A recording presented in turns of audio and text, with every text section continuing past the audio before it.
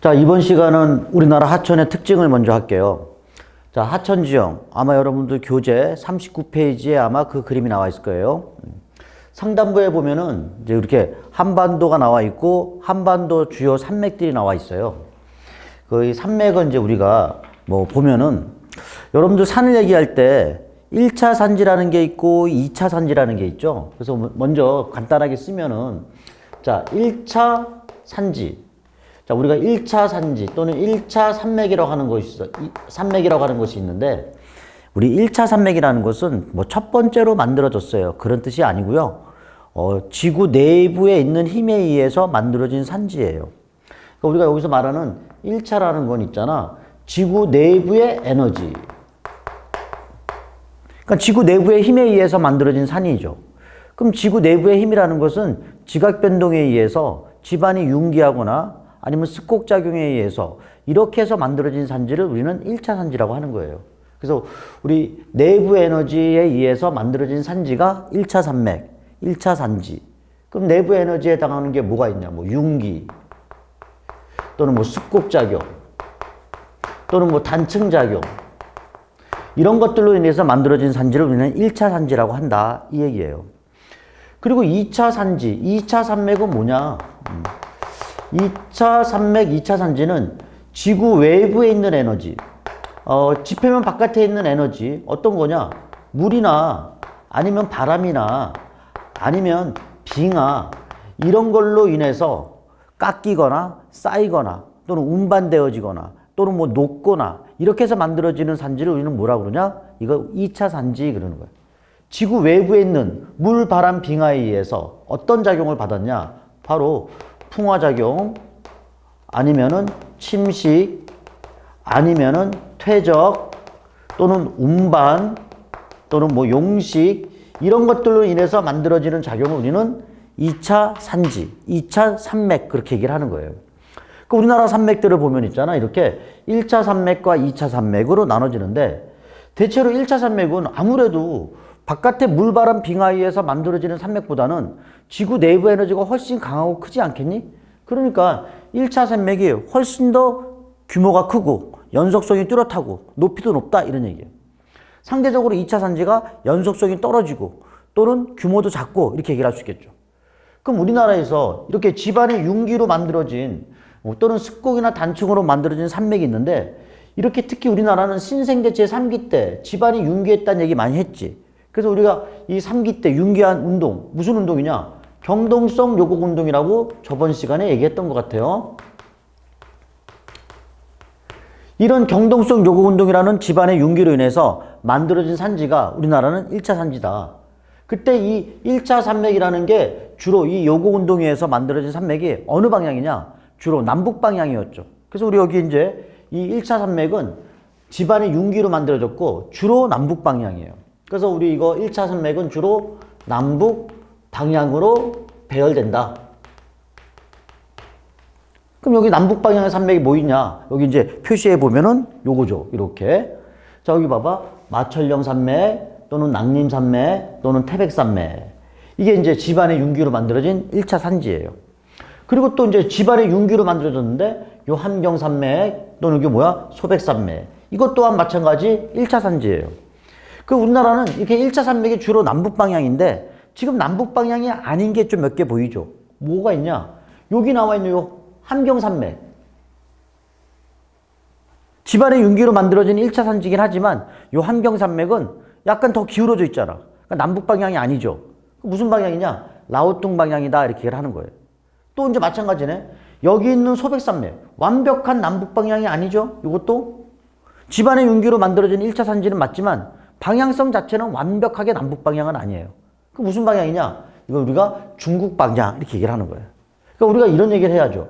1차 산맥이 다 남북 방향이냐? 그건 아니죠. 1차 산맥이어도 어떤 거, 라오뚱 방향이나 아니면 뭐야? 중국 방향의 산맥이 있는데 라오뚱 방향의 산맥이 저기 왼쪽에 쓰여진 것처럼 함경 산맥이고 중국 방향의 산맥이 바로 소백 산맥이다 이렇게 얘기를 하는 거죠.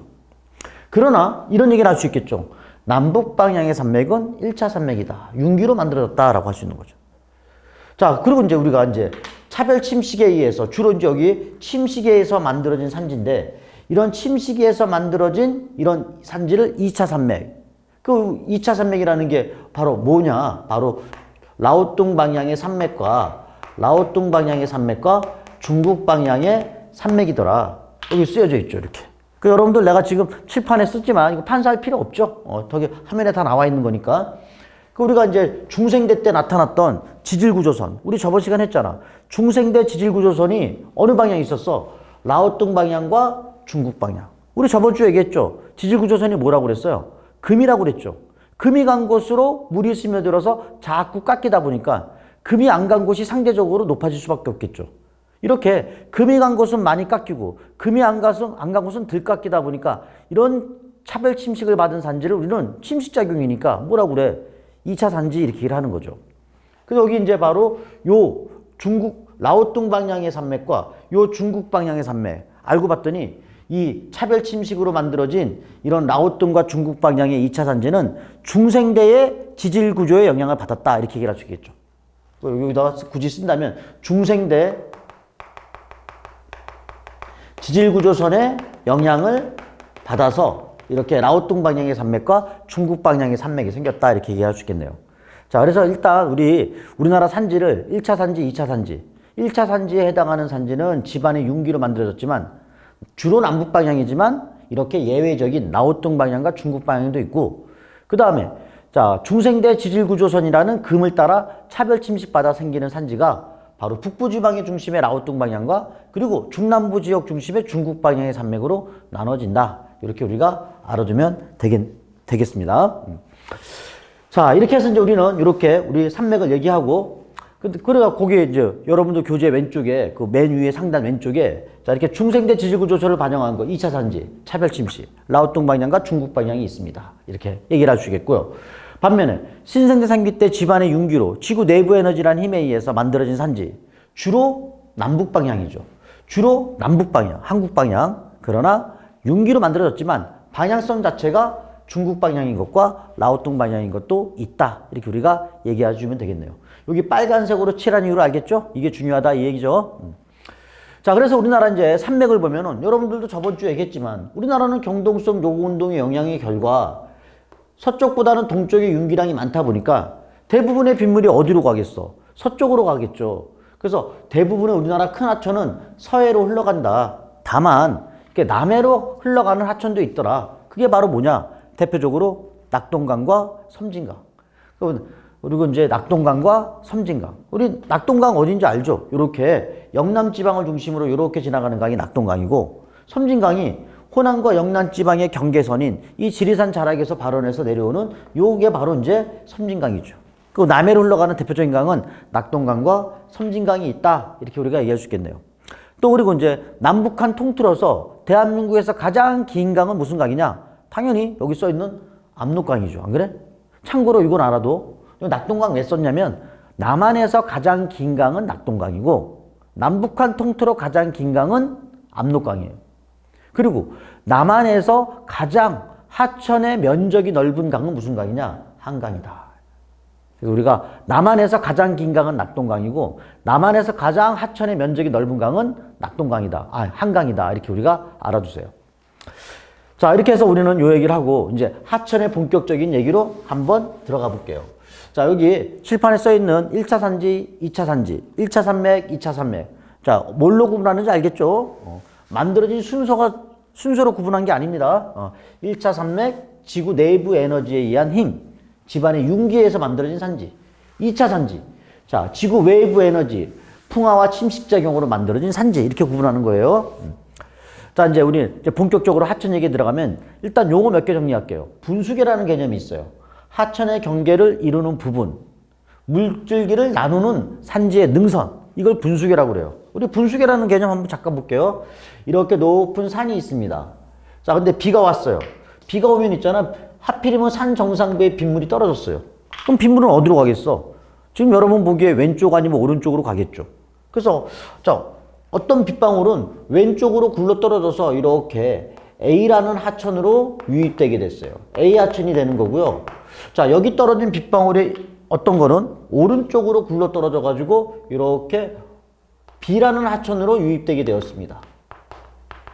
자, 이렇게 산 정상부의 중심으로 물줄기가 나눠지면서 A 하천, B 하천으로 하천이 나눠지게 되겠죠. 우리는 요걸 뭐라고 그러냐? 요렇게 물을 나누는 경계. 요걸 우리는 바로 분수계라고 하는 거예요. 능선이라는 표현도 쓰는 거죠, 이렇게. 이 물을 나누는 경계가 분수계예요. 쉬운 말로 하면 있잖아. 높은 산의 정상부가 바로 뭐냐? 물을 나누는 경계. 그래서 A 하천과 B 하천을 나누는 경계. 이렇게 분수계라는 뜻이죠. 물을 나누는 경계, 이 뜻이죠. 자, 이게 분수계가 바로 그거고, 유형 면적은, 자, 이제 물이 모이는 면적. 어떤 특정한 하천으로 물이 모이는 면적이 있을 거 아니야. 그걸 우리는 유형 면적이라고 그래. 그럼 자, 그림으로 한번 잠깐 볼게요.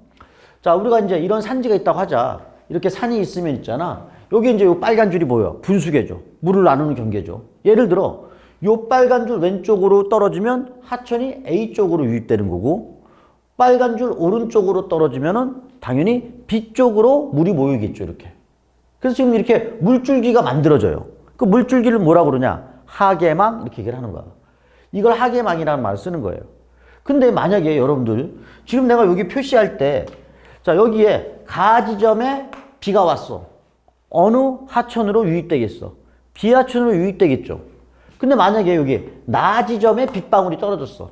그럼 나 지점에 빗방울이 떨어지면 절대로 B 하천으로 물이 유입되지 않겠지. A로 가겠지. 자, 여기 또 이제 여기 다 지점에 빗방울이 떨어졌어. 어느 하천으로 유입되겠어? 당연히 B 하천으로 유입되겠지. 그러니까 가나 다 지점에 빗방울이 떨어지면 B쪽 유역으로 물이 모일 거란 말이야. 이 가나 다 지점에 해당하는 이 지역을 우리는 뭐냐? 바로 거기 떨어진 빗방울이 B 하천으로 가기 때문에 이걸 B 하천의 유역 면적 그러는 거야. 그 여러분 이 지도상에서 B 하천의 유역 면적을 표시하면은 바로 여기가 되는 거예요. 나는 B 하천의 유역 면적이 아니겠죠, 안 그래? 그럼 여러분도 알다시피 유역 면적이 넓으면 넓을수록 하천의 규모가 크겠죠. 더 많은 지역에 물이 모여드니까 하천의 규모가 클 것이란 말이에요. 유량도 많을 거고. 그 유역 면적이라는 개념을 이런 거다라고 여러분들은 알아두시면 되겠습니다. 자, 이제 분수계 개념과 유역 면적 개념을 알았습니다. 자, 그리고 나서 이제 우리가 한번 예를 들면 여러분 하천에 가면 있잖아. 상류라고 불리는 지역과 하류라고 불리는 지역이 있을 거예요. 여러분 상류는 있잖아.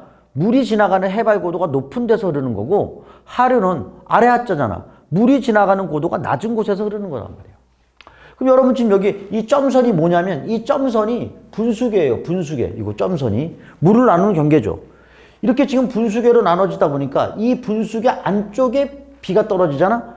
빗물이 떨어지면 어느 특정한 하천으로 유입될 거란 말이야. 근데 자, 우리 여기 하계망을 잘 보세요. 하계망을 잘 보면은 이거 하계망을 보면 자, 물이 시작되는 지점과 물이 끝나는 지점을 알 수 있죠. 자, 우리 물이 시작되는 요 지점이 바로 상류고, 자, 이제 나뭇가지 모양으로 빗물이 계속 모여가지고 어디로 갑니까? 요 나지점으로 가겠죠. 자, 물이 모여서 계속 흘러가다 보니까 나지점은 하류가 될 거고, 반면에 가지점은 상대적으로 고도가 높은 상류가 될 거란 말이에요. 상류는 해발 고도, 물이 지나가는 고도가 높고, 상대적으로 하류는 물이 지나가는 고도가 낮겠죠. 자, 이제 물이 요 상류에서 하류로 흐를 거란 말이에요, 이렇게. 그럼 여러분들은 이제 상류의 특징과 하류의 특징을 비교하는데, 우리가 지금 내가 여기 표시한 게 뭐냐면은, 자, 아까 표시한 것처럼, 자, 여기를 이제 우리는 A라고 할게. 자, A 지점에 빗방울이 떨어졌어. 그러면 가 지점에 해당하는 상류 지점으로 물이 들겠지. 근데 만약에 여기 이 B 지점에 바로 뭐냐? 빗방울이 떨어졌어. 이 B 지점으로 떨어진 빗방울은 상류인 A 지점을 지나가진 않을 거란 말이야. 유입돼가지고 흘러서 이렇게 나 지점을 통과하겠지. 자, 여기 또 이제 C 지점을 볼게요. C 지점에 떨어진 빗방울은 당연히 요 가에 해당하는 상류 지점을 통과하겠지. 지금 내가 여기 표시한 거, 요 색깔 칠한 거 보이죠? A나 C 지점은 바로 요 가 지점, 상류에 물이 모이고 있어. 그러니까 우리는 요 색깔 칠해진 요 면적을 뭐라고 하냐? 상류의 유역 면적이라고 할 수 있겠죠. 요 가 지점에 해당하는 상류 부근의 유역 면적이에요. 그러나 요 B 지점은 떨어진 빗방울이 여기 가 지점을 통과하지 않으니까 유역 면적이라고 할 수 없지. 그러나 A나 C나 B 지점에 떨어진 빗방울은 요 나 지점인 하류론 물이 모일 거란 말이야. 그럼 예를 들어 하류의 나지점의 유역 면적은 당연히 이 전체 면적이 다 될 거란 말이에요. 지금 내가 이 그림을 보여준 이유가 뭐냐면은 상류에서 하류로 갈수록 유역 면적은 뭐해지겠어? 넓어진다 이 얘기야. 그래서 주로 시험에서 물어보는 게 이런 상류와 하류의 차이점을 주로 많이 물어본단 말이에요. 그럼 이제 여기 오른쪽에 쓴 것처럼 상류와 하류의 차이점. 그러면 아마 여기 쭉 나온 게 이거죠. 상대적으로 하류로 갈수록 당연히 유량은 많아지겠죠. 유역 면적이 넓으니까 더 많은 양의 물이 모이니까 하류로 갈수록 유량은 많을 거고 물이 많으니까 하천폭은 넓을 수밖에 없겠고 하류로 갈수록 유량이 많아지니까 수심은 깊을 수밖에 없겠고 그리고 상류에서 하류로 물질이 흘러내려오면서 서로 부딪히면서 작아지다 보니까 당연히 입자가 작아질 수밖에 없겠죠. 이 입자가 작아진다는 말을 좀 약간 어렵게 얘기하면은 하류로 갈수록 토사의 원마도, 토사의 그 몇 그램 정도가 더 높을 수밖에 없겠죠. 입자가 작다. 원마도가 뭐해진다? 높아진다. 이렇게 표현하기도 해요. 그리고 이제 하류, 여기 써놨네, 여기 밑에. 그리고 하류로 갈수록 유역 면적이 뭐하다? 넓어진다. 넓다라는 뜻이 알았지? 큰 데가. 그리고 하류로 갈수록 점점 퇴적작용 우세하다 보니까 퇴적층, 쌓이는 층은 점점 두껍다. 이 얘기지. 그때 여러분들 이제 가장 시험에 많이 나오는 게 뭐냐? 이거예요, 요렇게, 요거 네 개예요. 요게 가장 잘 나오는데, 요 유역 면적 개념. 하류 지역으로 갈수록 하천의 유역 면적은 넓어집니다. 그 얘기예요. 그래서 우리 상류와 하류를 비교하는 거. 이거 정도 뭐 알 수 있겠죠? 자, 그래서 이제 우리가 하천 유역 면적 또는 분수계 또 그리고 그에 따른 상류와 하류의 차이점 비교하는 걸 했고요. 그리고 이제 우리나라 하천의 특징을 보면 우리나라 하천은 되게 유황이 불안정해요. 유황이라는 건 뭐냐면 하천이 흘러가는 상황이라고 그러거든. 흐를 유자, 상황할 때 황자. 흐르는 상황 이런 뜻이야. 유황이 불안정하다. 자, 우리나라 하천의 유황이 불안정하다는 걸 우리가 어떻게 보면 하천의 단면도를 한번 잠깐 볼게요. 우리나라는 겨울에는 강수량이 적어서 물이 많지 않아요. 그래서 하천에 물이 크게 많이 채워지지 않습니다. 겨울에는 물의 양이 적어요. 예를 들어서 10리터가 흘러갔습니다 라고 할게. 대신 여름에는 비가 많이 오기 때문에 당연히 하천이 물이 꽉 차 흐르겠죠. 여름에는 유량이 굉장히 많아요. 그래서 물이 꽉 차 흐르다 보니까 여름에 이 하천을 흘러가는 물의 양이 얼마냐? 3000리터라고 한번 해볼게요. 그럼 이제 여러분들 오른쪽에 내가 이제 뭐라고 하냐면 겨울에 흘러간 물의 양, 이거 우리는 최소 유량이라고 하거든. 이거 가장 적을 때 유량이 최소 유량이잖아. 10리터예요. 이 최소 유량을 1로 봤어요. 1로. 그때 얘는 최대 유량이 되겠지. 최대 유량은 자 10리터가 1이면 3000리터는 얼마가 되겠어?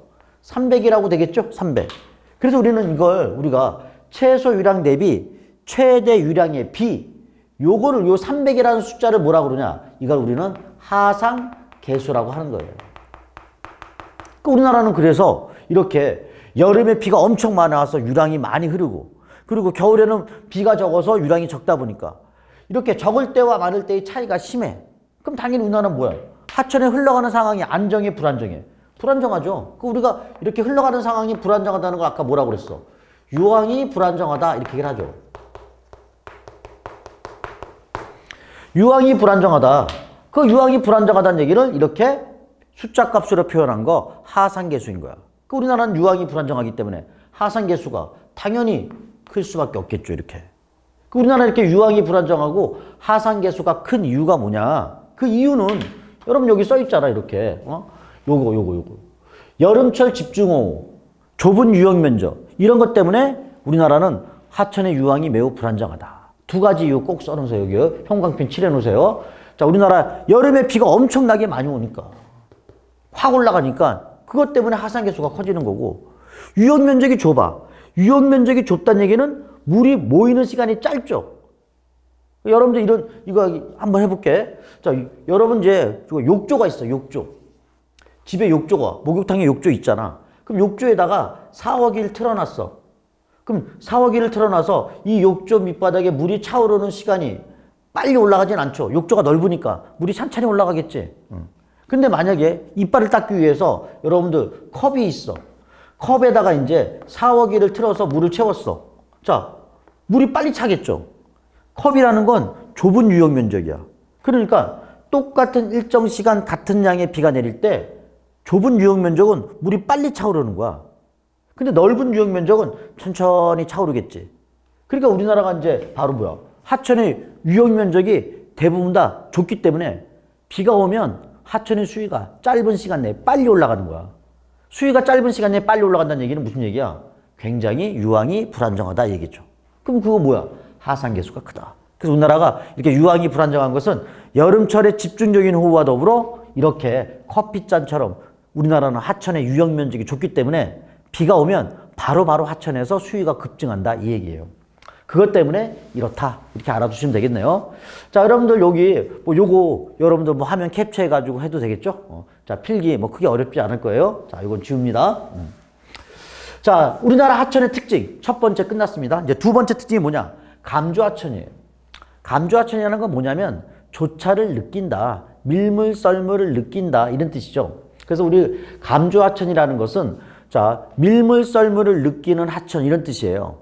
그 이제 한번 얘기를 하면 이거죠.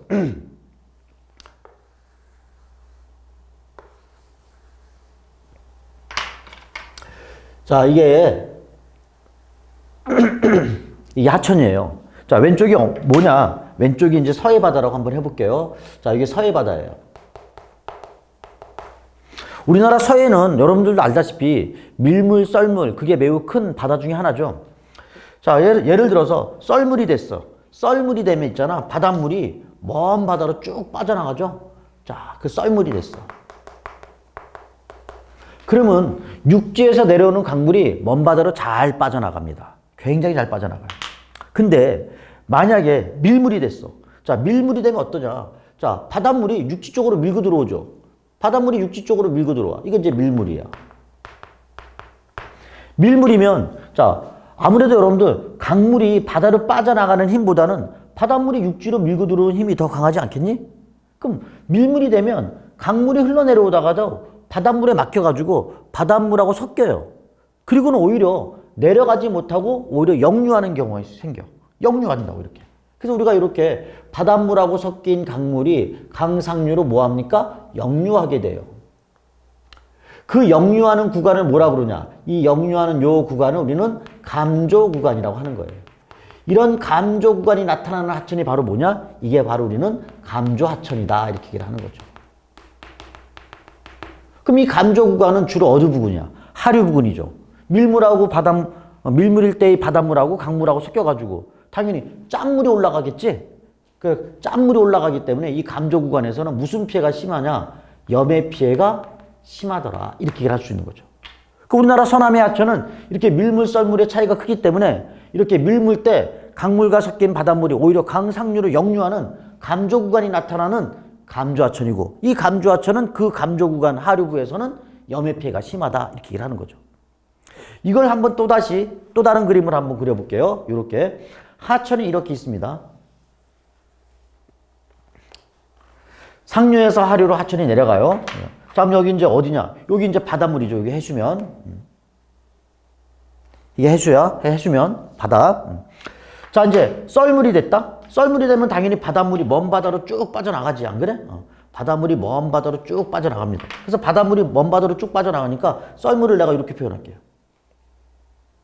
자, 썰물이 되면 해수면이 떨어지는 거잖아. 그럼 하천, 강물이 어떻게 되냐? 강물이 이렇게 더 급하게 내려갈 수밖에 없죠. 하얀색 선을 따라가다가 바닷물이 쭉 빠져나가잖아? 그러면 강물이 급경사가 되면서 이렇게 쭉 빠져나가는 거예요. 자, 이게 뭐냐? 이게 썰물일 때다. 반면에 밀물일 때 한번 볼게요. 밀물이면 바닷물이 올라오겠죠. 밀물이면 바닷물이 올라와. 바닷물이 올라오면은, 자, 하천의 수위는 어떻게 되냐? 요렇게 돼버리는 거죠. 이렇게. 그래서, 잘 봐봐. 자, 이 주황색은 밀물일 때 하천의 그 경사면이고, 요 초록색은 썰물일 때야. 그럼 이거 썰물일 때와 밀물일 때 이 조차의 차이 때문에 이게 하천 하류부는 수위가 올라갔다 내려갔다 반복하는 거예요. 그럼 하천의 수위가 어떠냐? 그래, 밀물일 때는 높지만 썰물일 때는 떨어지는 거예요. 상류로 가면 갈수록 물론 밀물과 썰물에 따른 하천의 고도차는 점점 뭐해집니까? 줄어들어요. 자, 요 지점에 가면 요 지점이 바로 뭐냐? 감조 구간의 끝 지점이에요. 요 지점. 그 위쪽은 더 이상 이제 밀물 썰물에 따른 하천의 수위 변화가 없죠.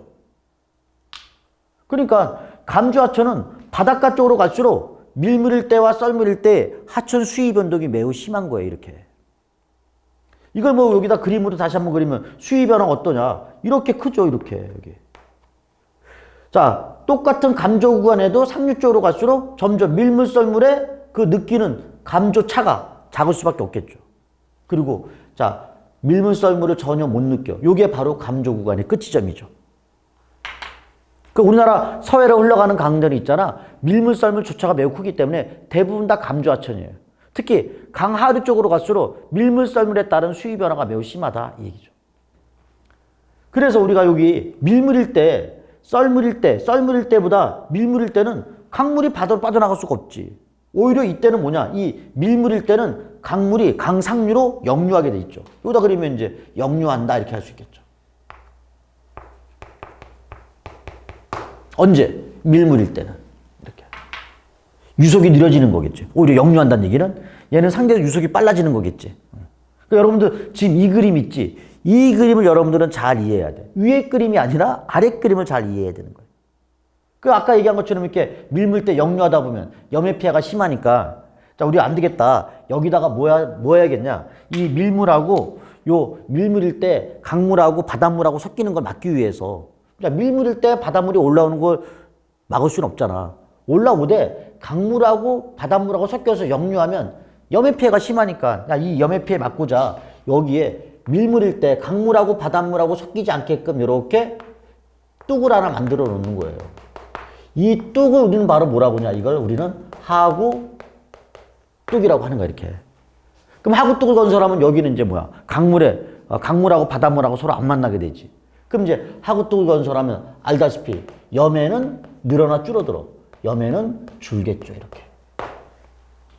그 우리나라 서해 하천의 대부분이 다 감조 하천이기 때문에 서해안의 평야지대 하류 부위에서 염해 피해가 심하니까 우리나라 서해안에 있는 그 빠져나가는 하천 중에 일부는 이렇게 하구뚝을 만들어 놓은 거죠. 그 우리나라에서 하구뚝을 만들어 놓은 강이 무슨 강이냐? 바로 여기 금강, 영산강, 낙동강. 화면상이 좀 작으니까 조금 더 크게 한번 해볼게. 요 그림 한번 잠깐 보세요.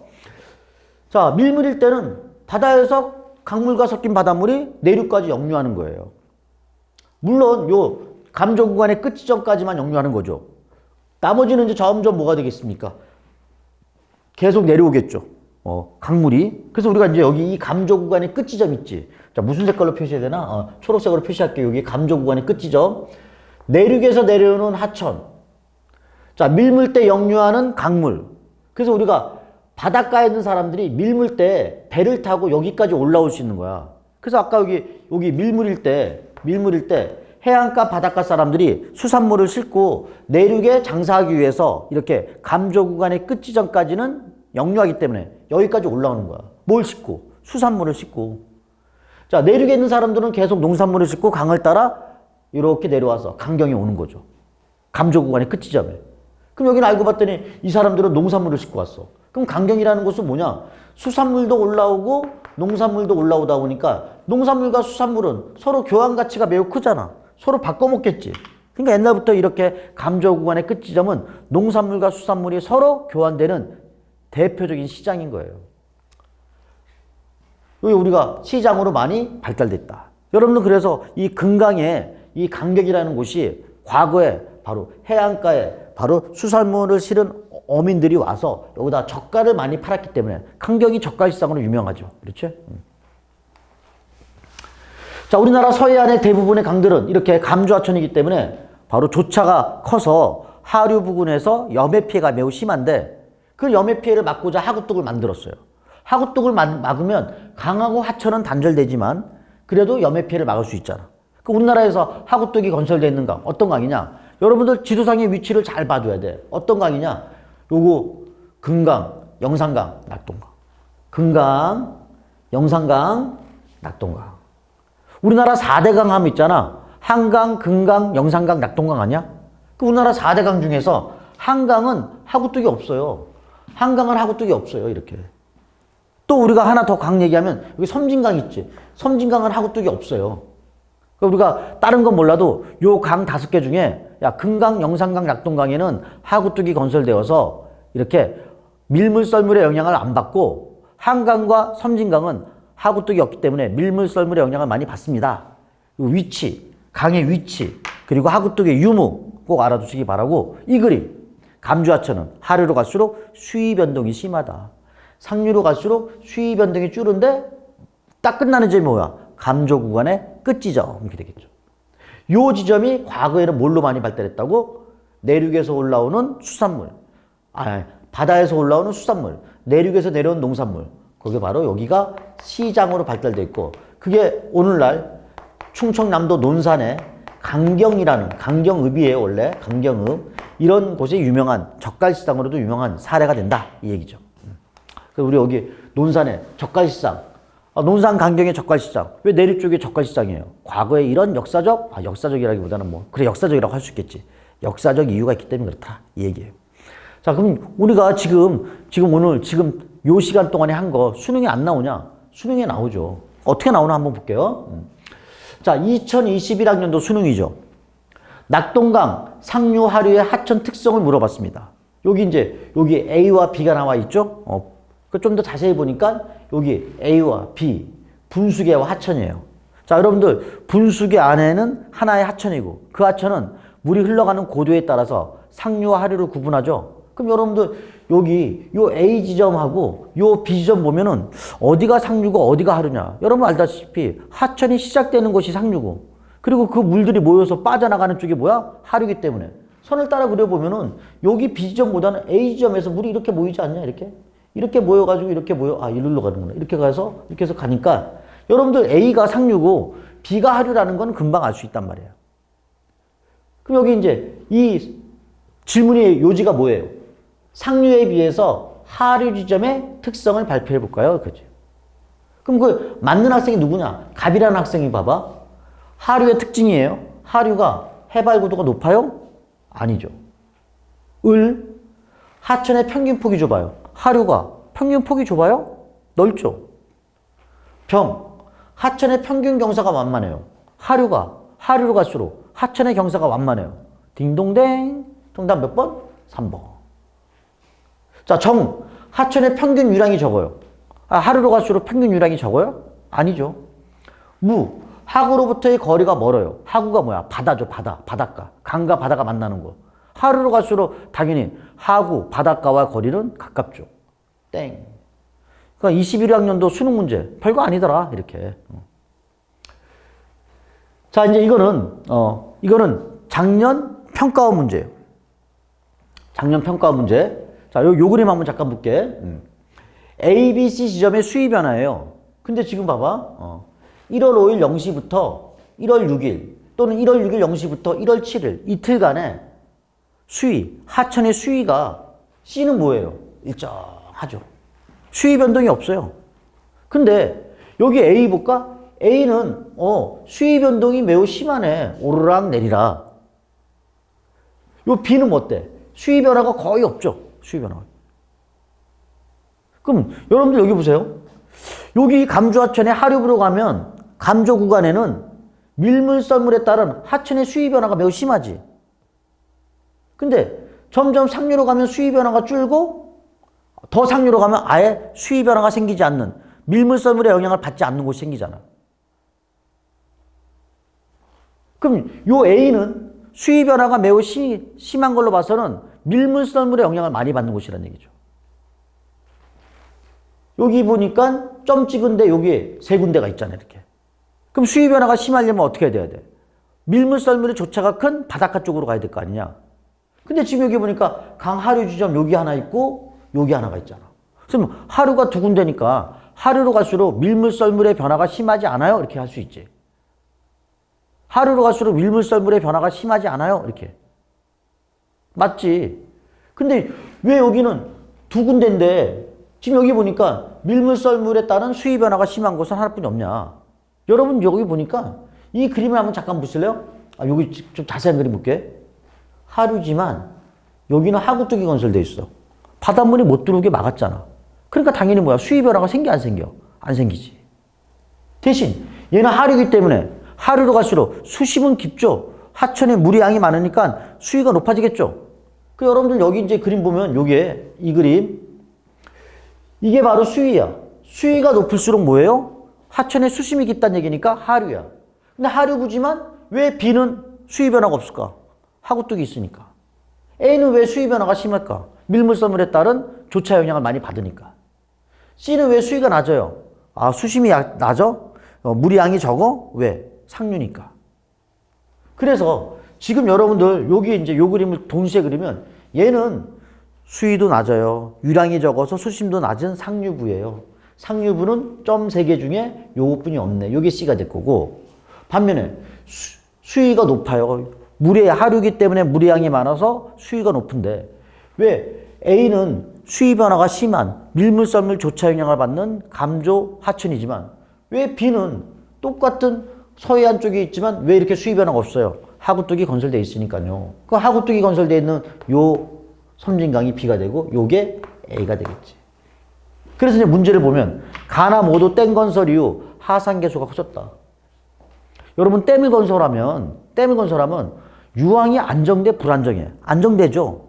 하구뚝을 건설하면 하천의 수위 변화가 줄어들어요. 그러니까 지금 가나 모두 댐 건설 이후 하산 개수가 커졌다가 아니라 하산 개수가 뭐해졌다고 그래야 돼? 작아졌다. 댐 여기 보이죠? 댐. 여기 댐, 이거 하구뚝, 이거 댐. 댐을 건설할수록 유황을 안정적으로 바꾸죠. 하산 개수가 작아졌다라고 해야 돼. 이거 틀렸습니다. C를 지나는 강물은 남해로 유입된다. 야, 여기 섬진강이잖아. 당연히 남해로 유입되잖아. 딩동댕. A는 B보다 조차 영향을 크게 받는다. 이것만 봐도 알 수 있죠? B는 하구뚝 건설에 조차 영향 안 받네. A는 여전히 밀물썰물의 영향을 받네요. 딩동댕. A는 C보다 강바닥의 해발고도 높다. A는 C보다 해발고도 높. A가 하류가 낮아야 되지. 높다고 해야 돼? 낮다고 해야 돼? 하류로 갈수록 해발고도 낮으니까 요거 틀렸네요. 땡. 자, 이렇게 해서 우리나라 일단 가장 기본적인 아무리 쉽다 할지라도 시험에 안 나오지 않습니다. 나오니까 그렇게 알아두시고 일단 여기까지 우리나라 하천의 특징 여기까지 할게요.